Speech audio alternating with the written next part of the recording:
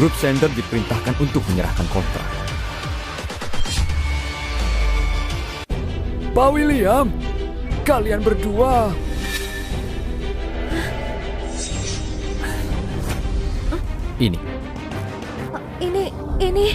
Ini adalah perjanjian pengalihan lahan dari Grup Sender. Sepetak tanah yang Anda sukai, Nona.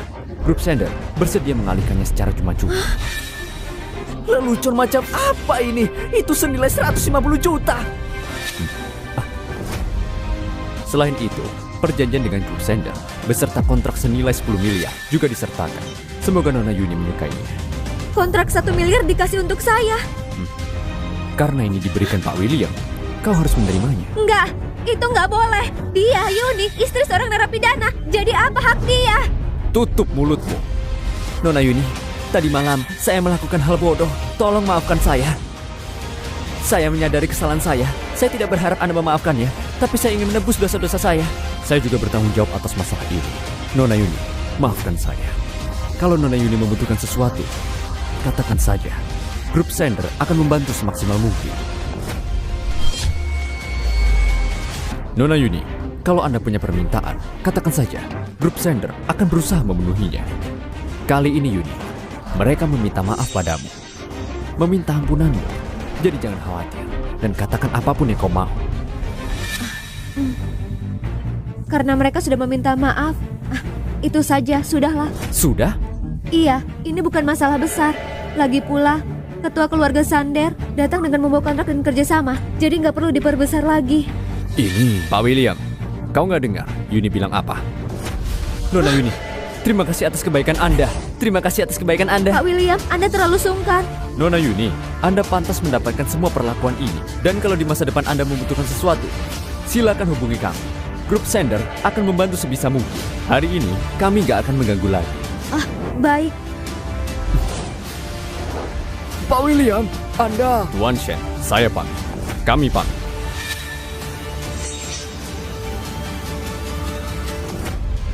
Lahan yang digunakan untuk perluasan sudah didapat Yuni dengan cuma-cuma.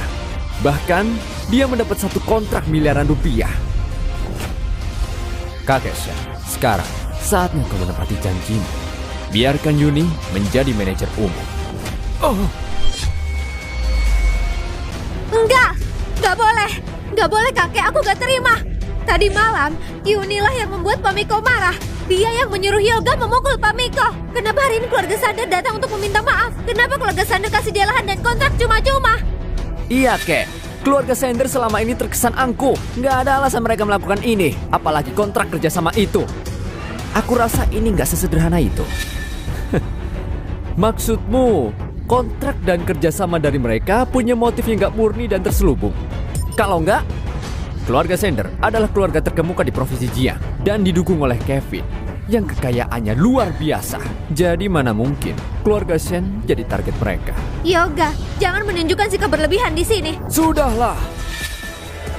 Bagaimanapun juga, kali ini Yuni membawa keuntungan besar bagi keluarga Shen. Seenggaknya dia punya kontribusi. Tapi kontrak dan kerjasama dari Grup Sender, tujuannya masih belum jelas. Kita jangan buru-buru menandatanganinya. Mulai hari ini, posisi Yuni di perusahaan naik 3 tingkat dan gajinya 2 kali lipat. Untuk posisi manajer umum itu nanti saja. Kita bicarakan setelah tanda tangan kontrak. Tapi ini nggak ada tapi-tapi. Kini keluarga Shen masih ada urusan lain yang harus diselesaikan. Yura, pesta pertunangan dan Zion kapan dilangsungkan? Itu 3 hari lagi kakek. Tepat hari jadinya pernikahan Yuni. Aku dan Zion, kami akan bertunangan pada hari itu. Yura, maksudmu apa? Dulu keluargamu menjadikan Yoga sebagai menantu, membuat keluarga Sen kehilangan muka. Setiap kali hari ulang tahun pernikahan kalian, keluarga Sen selalu jadi bahan lelucon. Sedangkan aku ingin sekali mengubah situasi ini. Kakek, 3 hari lagi aku akan mengadakan upacara pertunangan yang megah agar keluarga Sen tak kehilangan muka lagi. Tunggu sampai kita bertunangan. Hari itu nggak lagi menjadi aib bagi keluarga Sen, tapi menjadi kebanggaan dan kehormatan. Bagus sekali. Bisa tidaknya kehormatan keluarga Sen kembali, itu tergantung padamu. Kakek, tenang saja. Aku nggak seperti Yuni. Aku nggak akan mengecewakan kakek. Kakek jangan khawatir, aku pasti akan mengurus hal ini. Kamu... Itu keterlaluan.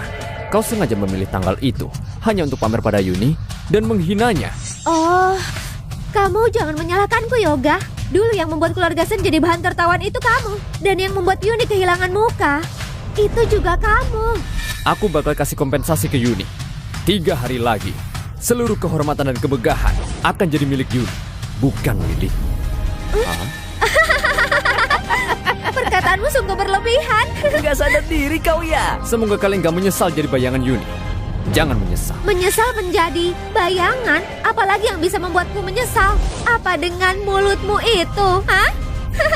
Lihat saja nanti. Ayo pergi. Tunggu saja, lihat nanti. Yoga, kamu dan keluarga Sandet. 3 hari lagi, kau akan tahu. 3 hari lagi. Yoga, apa yang kamu katakan ke Yura itu sebenarnya cuma untuk mengungkapkan emosi sesaat. Tidak.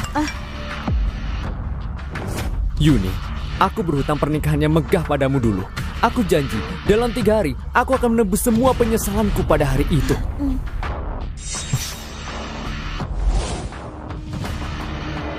Kalau itu benar, akan sangat luar biasa. Sampaikan pada Kevin, 3 hari lagi, aku ingin dia fokus ke keluarga Sen. Tutup jalan di kota Suwon. Siapkan kembang api terbaik. Nanti malam, aku akan menggunakannya menerangi seluruh kota Suwon sebagai hadiah untuk Yuni. Baik. Aku ingat, di kota Suwon ada bank pertama hitam kan? Iya, itu bagian dari grup emas hitam yang didirikan khusus untuk Anda sebagai cabangnya. Tapi Anda belum pernah mengunjunginya. Pas sekali, ambil kartu hitamku dan aku akan segera ke sana.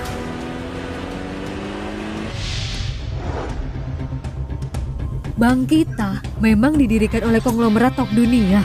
Iya, di seluruh Tarnis cuma ada 3 cabang bank hitam. 1 di pusat di Jing, 1 di pusat kota, dan 1 lagi di Suwon kita ini. Tapi di sini padahal cuma kota kecil kelas 3. Katanya, waktu bank ini pertama kali didirikan cuma untuk melayani 1 orang.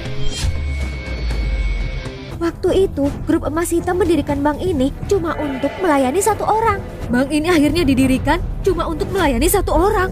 Iya.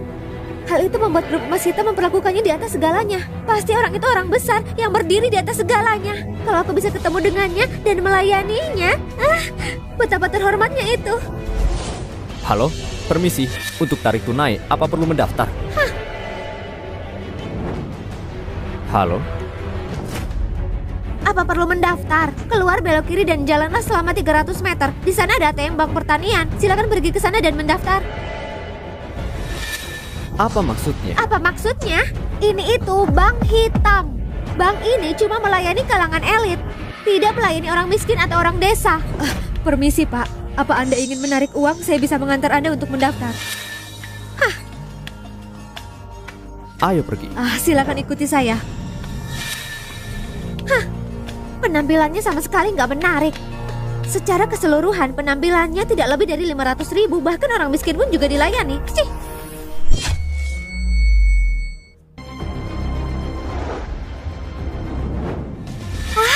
Pak Chandra. Pak Chandra, Anda sudah sampai.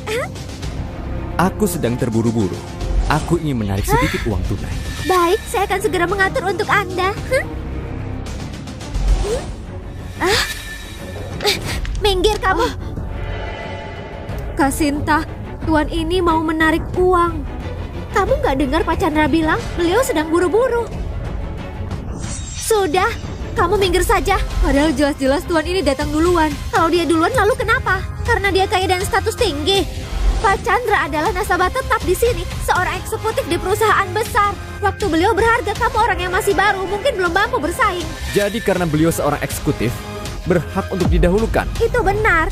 Setiap tahun Pak Chandra di cabang ini punya transaksi minimal 3 miliar. Inilah yang layak untuk cabang kita, nasabah prioritas kami. Bukan orang sepertimu yang melihat uang besar seumur hidup saja nggak pernah. Pak Chandra mendahuluimu, itu berarti dia masih menghargaimu. Memberikan tempat untuk Pak Chandra malah sebuah kehormatan buatmu. Apa yang kamu lakukan? Cuma senilai 3 miliar, kau sampai rela jadi pesuruhnya. Apa grup emas hitam tak mengajarimu etika melayani tamu? Kamu pikir kamu siapa? Kamu gak layak sebut grup emas hitam. Identitasku takkan bisa kau bayangkan. Aku menyebut grup emas hitam. Justru kalian harus merasa terhormat. Omong kosong. Grup emas hitam itu perusahaan kelas atas dunia. Kau yang seperti ini buat jadi bawahanku aja nggak pantas. Dan sekarang kau malah bicara omong kosong. Henny, apa di bank hitam kalian melayani orang seperti ini juga? Bukankah ini akan merusak Pak reputasi? Chandra benar, semua ini gara-gara bocah ini yang penuh omong kosong. Saya perintahkan untuk segera menangkapnya dan membawanya pergi. Satpam! Kak Sinta, bagaimanapun juga pria ini tetap nasabah kami. Meskipun bicaranya nggak sopan, tapi nggak harus sampai ditahan kan? Diam kamu! Sani, aku lihat kamu mulai nggak bisa bedakan mana yang benar dan salah. Berani-beraninya membela si miskin ini. Bank emas hitam kita, perusahaan paling top di dunia. Orang miskin seperti dia kesini mengotori lantai masih bisa dimaafkan. Berani bikin keributan, aku akan memaksanya. Mengganti dengan nyawanya itu sudah sangat pantas baginya. Kak Sinta, kata-katamu keterlaluan sekali. Keterlaluan? Sani, masalah yang dia sebabkan. Apa kamu sanggup menanggungnya? Aku...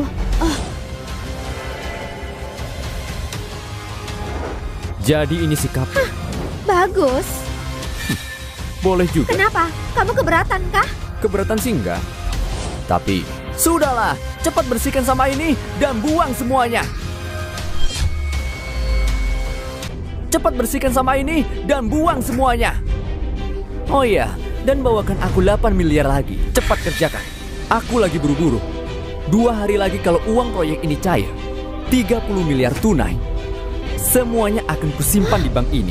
Anggap saja ini sebagai bonus bagi. Terima kasih Pak Chandra, saya akan segera mengaturnya. Kamu lihatlah Sani, itulah yang disebut orang besar. Itu yang namanya nasabah VIP yang benar-benar layak kita layani. Pak Chandra cuma datang buat ambil uang biasa saja, tapi bisa langsung narik minimal 8 miliar. Bahkan beliau menaruh 30 miliar deposito tetap di bank kita.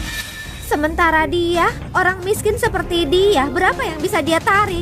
50, 100. Hai Sani, saranku buka matamu lebar-lebar. Belajarlah melihat peluang. Jangan buang waktu untuk meladani sembarangan orang. Jangan biarkan siapa saja masuk. aku datang ke sini secara langsung. Sudah cukup menghargai grup emas hitam. Dan berapa banyak uang yang kuambil? Berapa total uang tunai yang ada di brankas cabang ini? Saya kurang tahu pasti, tapi bank biasanya menyimpan sekitar 50 miliar tunai. Bank emas hitam memiliki dana yang jauh lebih besar, biasanya sekitar 130 miliar. Bagus sekali. 130 miliar itu aku akan mengambil semuanya.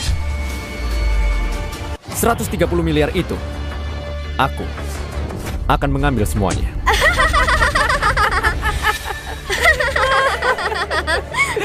$130 miliar? Bocah, kau berani juga ngomong kayak begitu. Orang miskin wawasannya emang sempit. Biar ku beritahu sesuatu. Di seluruh kota Jiang yang areanya 8.000 km, cuma ada segelintir orang yang bisa santai ngomong begitu. Lalu, kenapa kau bisa seyakin itu? Kalau aku bukan salah satunya. Kau salah satu dari mereka? Kau serius mau pura-pura sampai akhir? Baiklah, aku akan bicara terus terang. Keluarga Chin di Suwon, keluarga terkemuka di Suwon. Aset mereka mencapai 10 miliar saja. Kalau dilihat dari seluruh kota Jiang yang mampu mengambil 130 miliar. Cuma William dari keluarga Sender dan juga ada sosok berpengaruh seperti Kevin Joy. Bocah, biar aku tanya ini. Apakah kau William Sender atau Kevin Joy? Bukan keduanya. Tapi meskipun itu mereka, kalau bertemu denganku, semuanya harus menunduk. Nggak tahu malu! Pak, 2 orang yang baru saja Anda sebutkan, mereka semua terkenal di kotanya, orang berpengaruh. Anda seharusnya nggak boleh berkata begitu. Nggak masalah. Nggak masalah. Bocah, Tuan William dan Tuan Sen, mereka semua adalah tokoh terkemuka di kota Jiang. Mereka benar-benar orang besar. Dan kau berani menghina mereka. Aku rasa kau udah bosan hidup ya? Kebetulan sekali, perusahaan kami dan grup Sender